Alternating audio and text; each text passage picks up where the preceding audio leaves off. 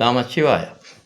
നമ്മുടെ നാട്ടിൽ ആത്മീയ ചികിത്സകൾ അഥവാ മന്ത്രവാദികൾ എന്ന പേരിൽ അറിയപ്പെടുന്നവരെ കാണാം.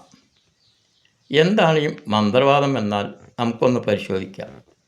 ഔഷധങ്ങൾ കൊണ്ടോ ശാസ്ത്രക്രിയകൾ കൊണ്ടോ മാറ്റാൻ കഴിയാത്ത ആദിവ്യാധികൾക്ക് ആശ്വാസം പകരുന്നതും മാനസികമായി പരിവർത്തനമുണ്ടാവാൻ സഹായിക്കുന്നതുമായ ഒരു അതിപുരാതന സമ്പ്രദായമാണ് മന്ത്രവാദം.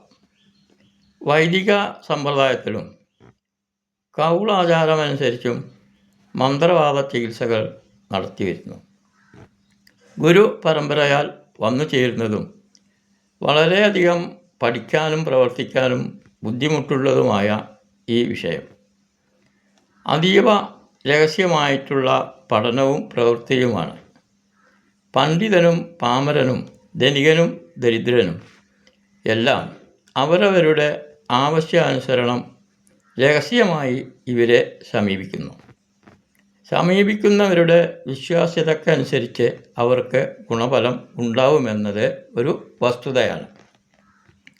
പാണ്ഡിത്യവും അറിവുമുള്ള മന്ത്രവാദികളെ കണ്ടെത്തുക എന്നത് ഏറെ പ്രാധാന്യമാണ്.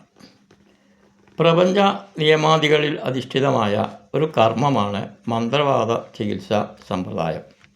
ഈ സൽപ്രവൃത്തിയിൽ കള്ളനാണയങ്ങൾ ഉണ്ട് എന്നതും ഒരു വസ്തുതയാണ്. അതുകൊണ്ട് സാമൂഹ്യ വിരുദ്ധ പ്രവർത്തനമായി ഇതുകളെ കാണുന്നവരും കുറവല്ല. മാന്യമായും ബഹുമാനത്തോടെയും സമൂഹം കണ്ടുകൊണ്ടിരുന്ന ഈ സമ്പ്രദായങ്ങളെ പഠിച്ച് ആധുനിക കാലത്തിൻ്റെ ആവശ്യകത കണ്ടറിഞ്ഞ് സമൂഹത്തിൻ്റെ നന്മയ്ക്ക് വേണ്ടി പ്രയോജനപ്പെടുത്തേണ്ടതുണ്ട്. 30 കോടി മന്ത്രമൂർത്തികളെ മനുഷ്യരാശിയുടെ നന്മയ്ക്ക് വേണ്ടി പ്രയോജനപ്പെടുത്തിയ അതിപുരാതനമായ ഈ സമ്പ്രദായങ്ങളെ പരിപോഷിപ്പിക്കേണ്ടതും ഉണ്ട്. ശാസ്ത്രീയ പിൻബലത്തോടെ ഉള്ള ഈ ചികിത്സാശാഖയെ തട്ടിപ്പു സംഘങ്ങൾ പ്രയോജനപ്പെടുത്താനുള്ള ശ്രമങ്ങൾ നടന്നുകൊണ്ടിരിക്കുന്നും ഉണ്ട്. അതികഠിനമായ ചര്യകളിൽ അധിഷ്ഠിതമായതും പഠിക്കാൻ ഏറെ ബുദ്ധിമുട്ടുള്ളതും ആയതിനാൽ പുതുതലമുറകൾ ഇതിന് താല്പര്യമില്ല.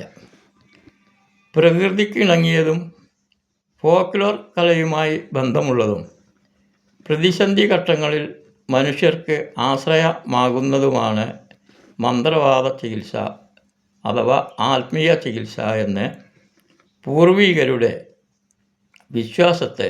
അഭിപ്രായത്തെ ഇവിടെ ഓർമ്മപ്പെടുത്തിക്കൊള്ളട്ടെ. ഓം നമഃശിവായ.